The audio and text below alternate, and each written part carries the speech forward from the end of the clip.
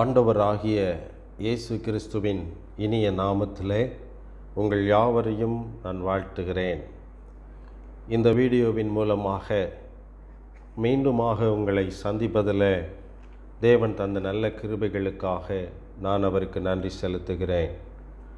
இந்த நாளிலும் விசேஷமாக சங்கீதங்களின் புஸ்தகத்திலிருந்து, குறிப்பாக 34வது சங்கீதத்திலிருந்து 10வது வசனத்தை சுருக்கமாய் தியானிக்கலாம் என்று விரும்புகிறேன். அந்த வசனம் இப்படி சொல்கிறது: சிங்கக்குட்டிகள் தாழ்ச்சி அடைந்து பட்டினியாயிருக்கும், கர்த்தரை தேடுகிறவர்களுக்கோ ஒரு நன்மையும் குறைவுபடாது. மறுபடி கவனியுங்கள்.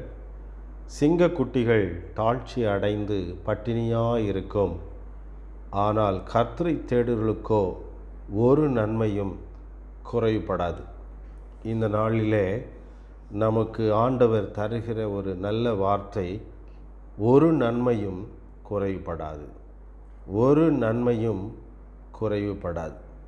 இந்த சிங்கக்குட்டிகளை வைத்து இந்த வசனம் சொல்லப்பட்டிருக்கிறதுனால, இந்த சிங்கங்களுடைய வாழ்வை குறித்து நாகூம் தீர்க்கதரிசி ஒரு அற்புதமான ஒரு வசனத்தை எழுதியிருக்கிறார். நான் வாசிக்கிறேன் பாருங்கள். நாகூம் தீர்க்கதரிசியின் புஸ்தகம் பழைய ஏற்பாட்டில் 2வது அதிகாரத்தில் 12வது வசனத்தை நான் வாசிக்கிறேன். நாகூம் 2:12. சிங்கம் தன் குட்டிகளுக்கு தேவையானதை பேரி, தன் பெண் சிங்கங்களுக்கு வேண்டியதை தொண்டையை பிடித்து கொன்று, இறைகளினால் தன் கெபிகளையும் பீறி போட்டவைகளினால் தன் தாபரங்களையும் நிரப்பிற்று. சிங்கங்களினுடைய வாழ்க்கையை அது எந்த அளவிற்கு தன்னுடைய குடும்பத்தின் தேவைகளை சந்திக்கிறது என்பதை குறித்து இங்கே ஒரு அற்புதமான ஒரு படம் பிடித்து காட்டப்பட்டிருக்கிறதை பாருங்கள். சிங்கம் தன் குட்டிகளுக்கு தேவையானதை பீறி போடுகிறது, தன் பெண் சிங்கங்களுக்கு வேண்டியதை தொண்டையை பிடித்து கொன்று, இறைகளினால் தன் கெபிகளையும் பீறி போட்டவைகளினால் தன் தாபரங்களையும் நிரப்பிற்று என்று வாசிக்கிறோம். ஒரு சிங்கத்துக்கு ஒரு பொறுப்பு இருக்கிறது. தன்னுடைய பெண் சிங்கத்திற்கு அதுக்கு சாப்பாடு கொடுக்கணும். அந்த சாப்பாடு எப்படி இருக்கணும் அப்படின்னு சொன்னால், அது கொஞ்சம் பெருசாக இருக்கணும். ஆகவே இறையை தொண்டையை பிடித்து கொன்று அந்த இறைச்சிகளை அப்படியே கொண்டு வந்து கெபிகளில் நிரப்பிடுது. ஆனால் அது அப்படியே குட்டிகளுக்கு தர முடியாது. ஆகவே பீறி போடுகிறது. சிலவற்றை பீறி போட்டு அந்த தன்னுடைய தாபரங்களை அந்த பீரி போட்டவைகளினாலே நிரப்பி வைக்கிறது. ஆகவே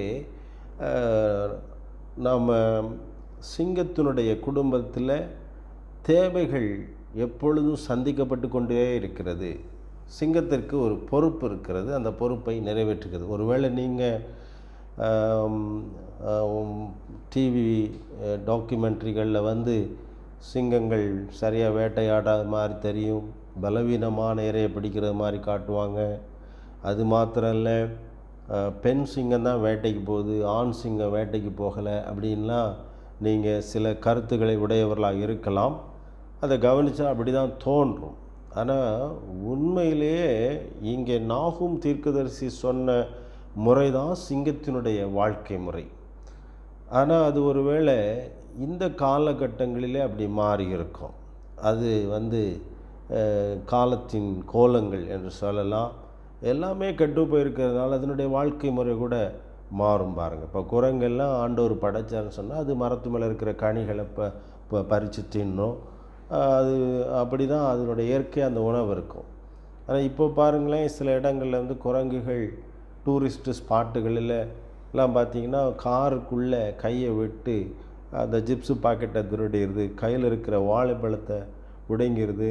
சமீபத்தில் சில நண்பர்கள்ட்ட பேசும்பொழுது ஒரு குரங்கு 2 பெரிய ஆட்களை நிறுத்தி பயமுறுத்தி அவங்கள்ட்ட இருக்கிறதெல்லாம் வாங்கிட்டு போயிடுச்சு.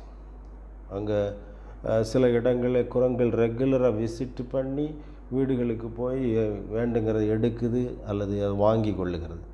இதெல்லாம் இந்த முறைகள் எல்லாம் சொல்லப்படவில்லை.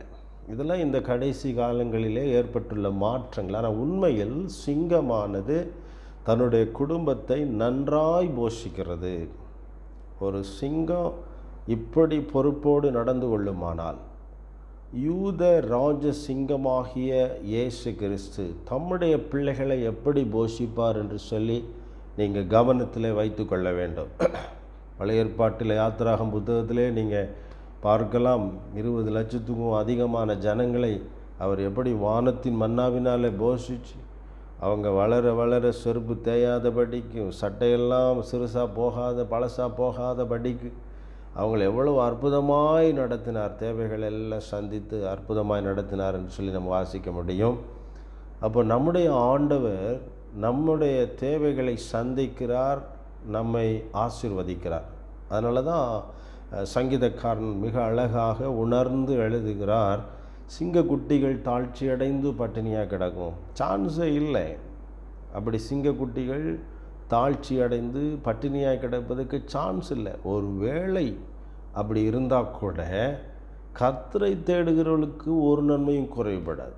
அப்போது அதனுடைய அந்த கர்த்தரை தேடுகிறவர்களுக்கு ஒரு நன்மையும் குறைவுபடாது என்கிற சத்தியத்தை அழுத்தமாய் சொல்லும்படிக்கு, ஆழமாய் சொல்லும்படிக்கு தான் இந்த சங்கீதக்காரர் சிங்கக்குட்டிகளினுடைய வாழ்க்கையை அவர் எடுத்து காட்டுகிறதை பார்க்கிறோம். அருமையானவர்களே, இன்னொரு இடத்துல கூட ஆண்டவர் சொல்லியிருக்கிறாரு, உன் தாய் உன்னை மறந்தாலும் நான் உன்னை மறப்பதில்லை. ஒரு குழந்தை ஒரு தாய் மறப்பாளா? மறக்கவே மாட்டான்.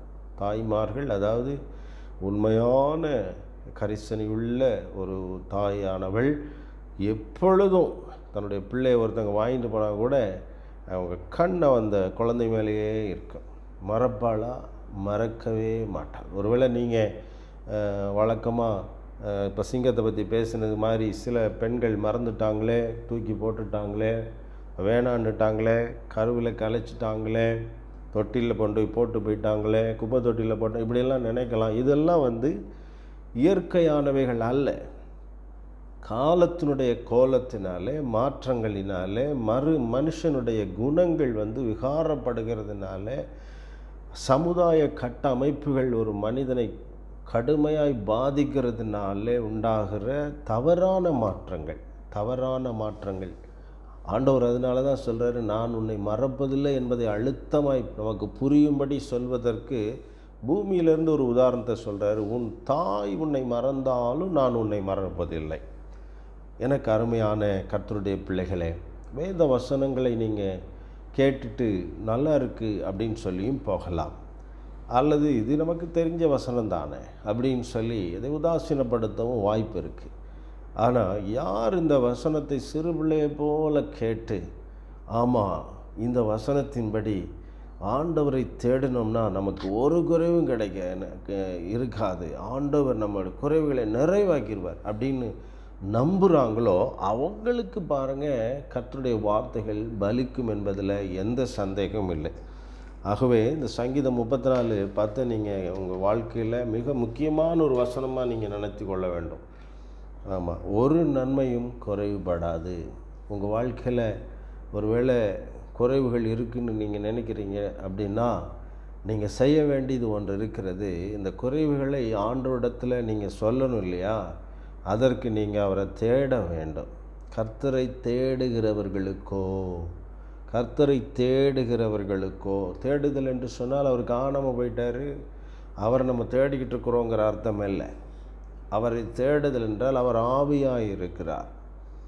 ஆவியாயிருக்கிற இறைவனை நம்ம ஆவியாத்துமா சரீரமாக இருக்கிற நாம் தேட வேண்டும் என்று சொன்னால் நம்முடைய ஆவி பகுதியிலிருந்து தான் அவரை தேடணும். இன்னும் சொல்ல போனால் நம்முடைய கண்களுக்கு புலப்படாத நிலையில் இருக்கிறார் அவர். அது ஒரு செப்பரேட் வேர்ல்டு, அது ஒரு ஆவிக்குரிய உலகம். அந்த உலகத்தில் அவர் ராஜாவாக இருக்கிறார். அவர் தான் கர்த்தாவாய் கடவுளாக இருக்கிறார். அங்கிருந்து தான் he came in to this world. அங்கிருந்து தான் அவர் இந்த பூமிக்குள்ளே வருகிறார். மறுபடியும் அவர் அதுக்குள்ளே போயிருக்கிறார். அங்கே நமக்காக பரிந்து பேசுகிறார், சந்தேகம் கிடையாது. அப்போ அவரை தேடும் பொழுது இந்த பூமியில் மனுஷனுக்கு வந்து பாருங்களேன், கர்த்தரை தேடுகிற ஒரு அற்புதமான ஒரு விரும்பத்தக்க மகிழ்ச்சியான சமாதானத்தை தரக்கூடிய ஒரு வேலை இந்த வேலை, கர்த்தரை தேடுதல். எவ்வளோ ஒரு அற்புதமான ஒரு காரியம் பாருங்களேன்.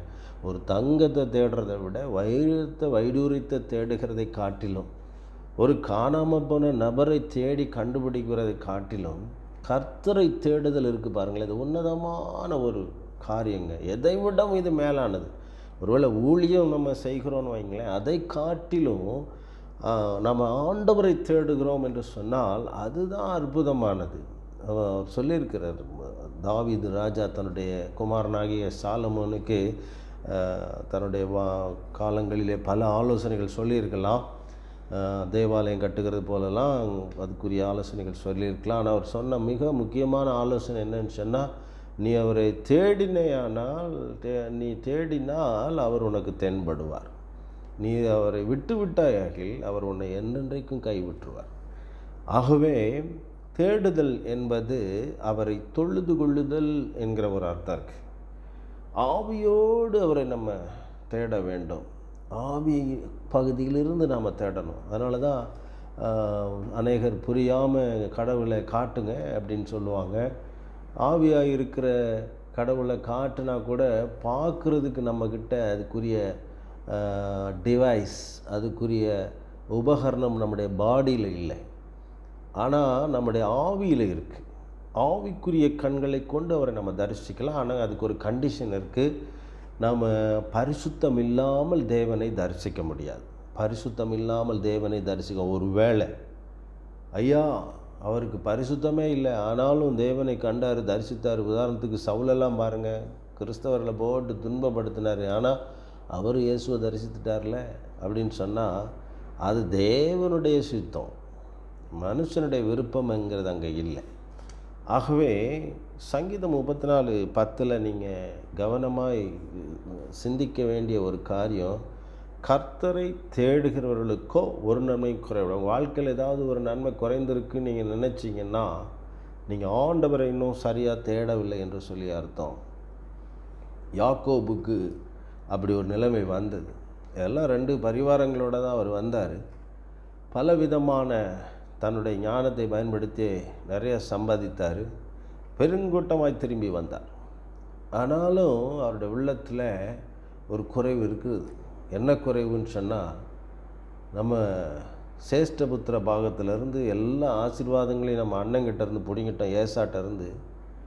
அவன் நிச்சயம் அதை மனதில் வைத்து பட்டயத்தோடையே சுற்றிக்கிட்டு இருப்பான். அவன் முரட்டாட்டம் உள்ளவன், நம்மளை கொல்லாமல் விட மாட்டான் என்று சொல்லி உள்ளத்தில் ஒரு பெரிய ஒரு மரண பயம், ஒரு குறைவு ஏற்படுகிறதை பார்க்குறோம் பாருங்க. அப்போ அவர் செய்த முக்கியமான காரியம் பாருங்கள் என்ன, அவர் ஆண்டவரை தேடினார். அதுக்கு ஒரு ஆயத்தம் பண்ணார். பிந்தி தனித்திருத்தல், தன்னுடைய பரிவாரங்களை அப்படியே எல்லாத்தையும் அக்கறைப்படுத்துகிறார். ஏன்னா they should not suppose to disturb him. Disturb பண்ணவே கூடாது, தனியாக இருக்கணும். தேவனை தேடுகிற அனுபவம் தனிமையானது, இனிமையானது. நீங்கள் அதை செய்தால் தான் உங்களுக்கு புரியும். தனியாக இருக்கிறதை குறித்து சிலர் பயப்படுகிறத நாங்கள் பார்த்துருக்குறேன்.